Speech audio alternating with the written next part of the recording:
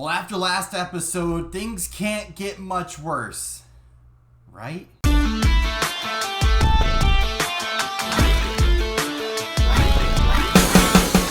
What's going on, guys? Jay Hoyt back with you today. Welcome back to episode number 24 of our franchise mode with the Buffalo Sabres. We are here after last episode. Our team went from pretty decent start to losing 11 straight games. So yeah, that was, not a good thing, right? That's not what we want, in case you were wondering.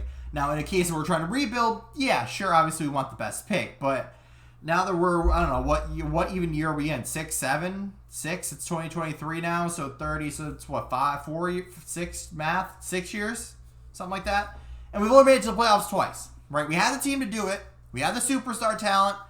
We have the other talent everywhere else. We have a good overall goalie. We just need to put all those pieces together and then have everybody work together.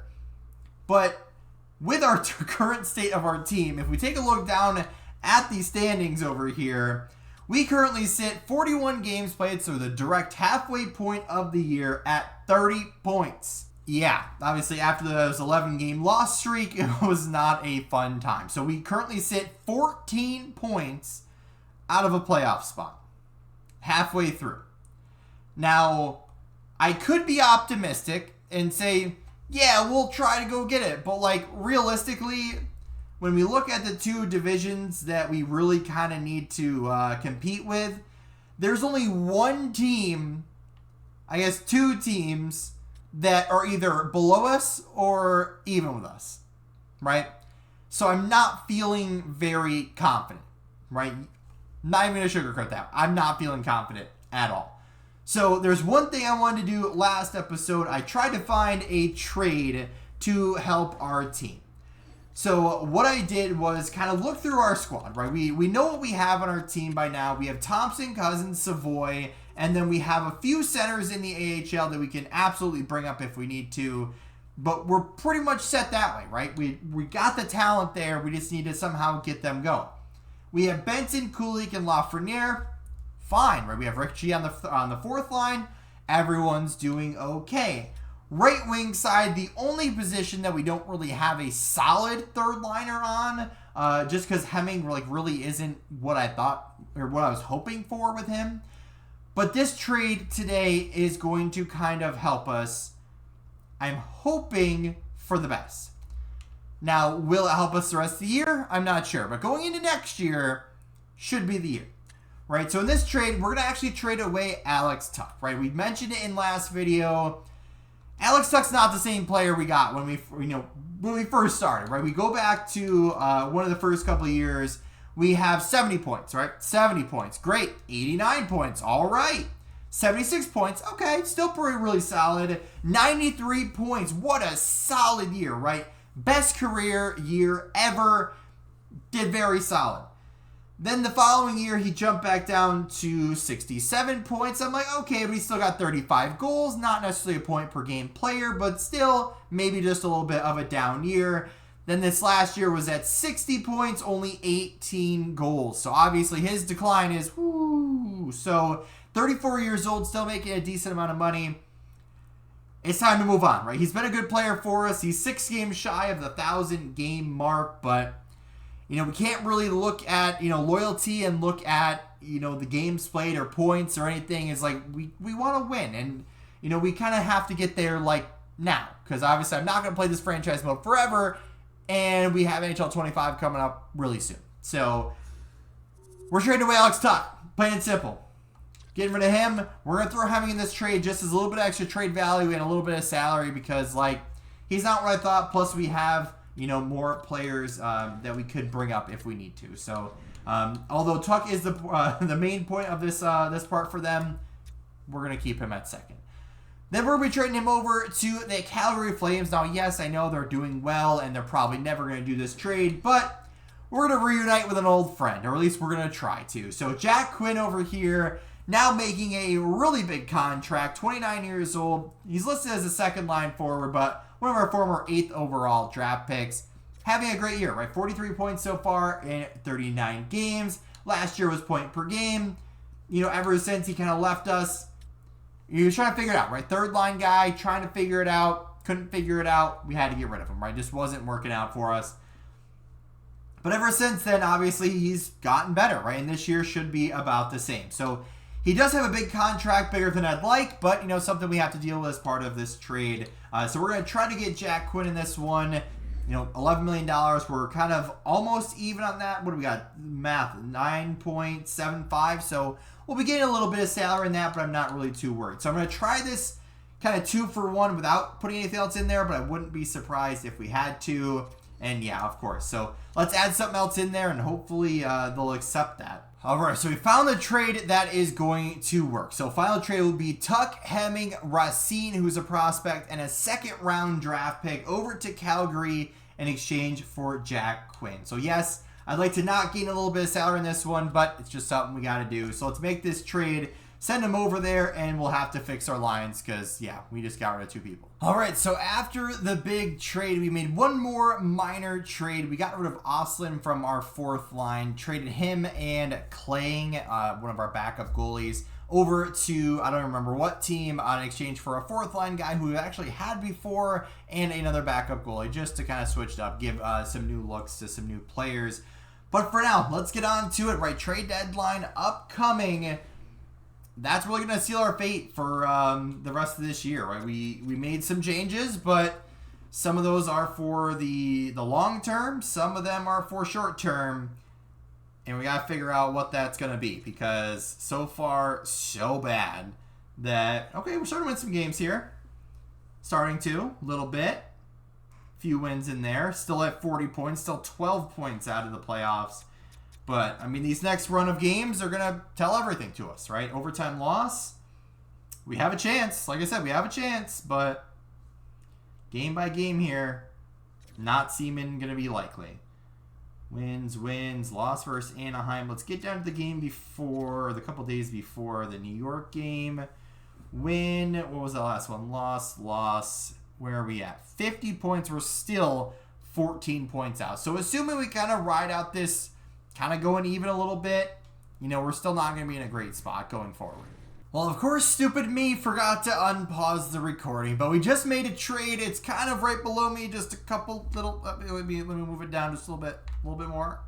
There we go. Down underneath me there, we acquired defenseman Brett Pesce and goaltenders Miles Pan from the Calgary Flames in exchange for Ivan Brizgalov and Adrian Para. And since I know you guys have no idea who 3 of those people are, they're all prospects, basically. So Brett Pesce we've had before as a defenseman. We got rid of him because we couldn't afford him. Now we can.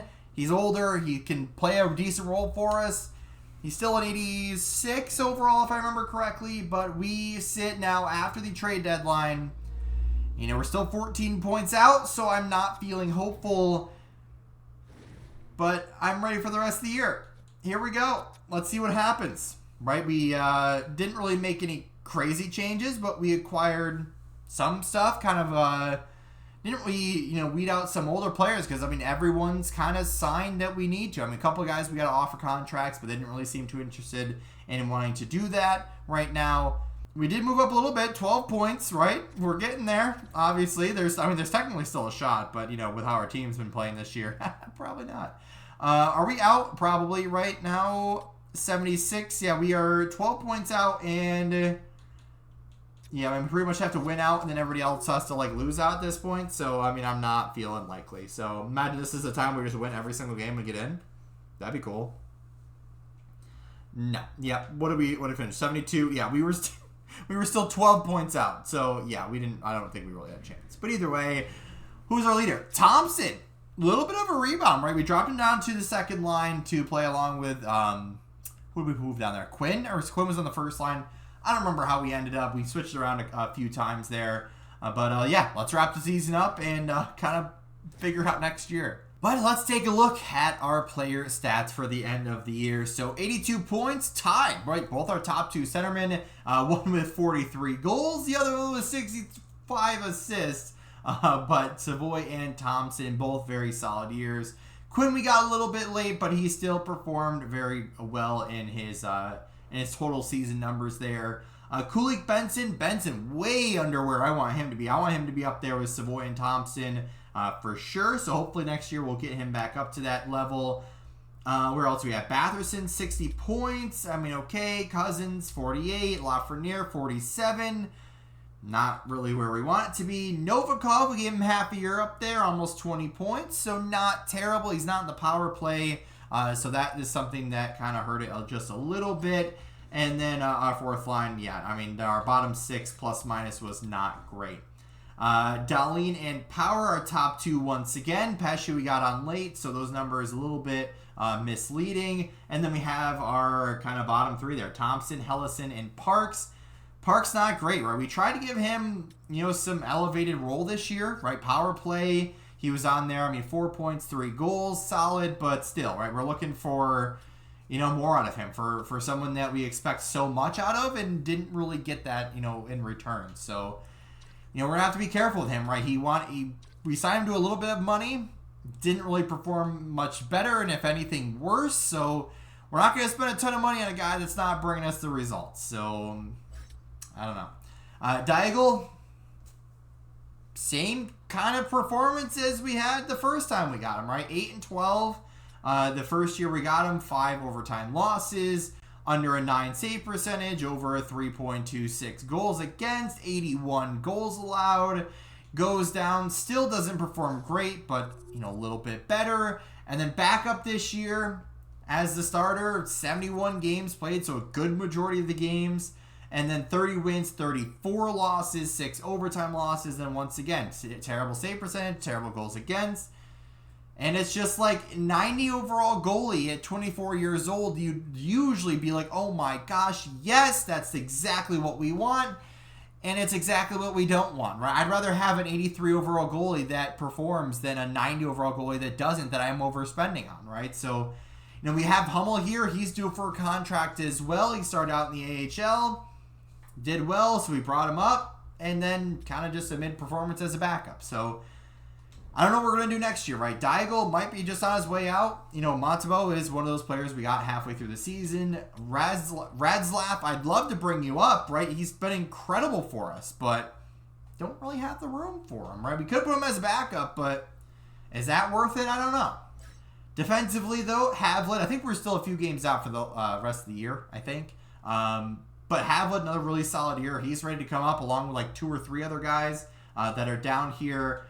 Forwards-wise, Dimitra, who was a player we actually traded for. We traded away, I don't remember his name, but he was a left wing. He was like 25 years old. And we got a little bit younger, similar overall, for a guy that was a playmaker rather than like a power forward or whatever he was. Then we have Hulse and Galchenyuk both down there, both ready to make the jump. And then the rest of the players down there are kind of, still figuring it out. But disappointing year, right? Obviously, our AHL team's doing incredible, but our NHL has just not figured it out yet. So maybe there's something big on the horizon. But that's going to do it for today's video. If you did enjoy, hit the like button down below. If you haven't yet, or if you're brand new here, make sure to subscribe. And as always, guys, we'll see you in the next one.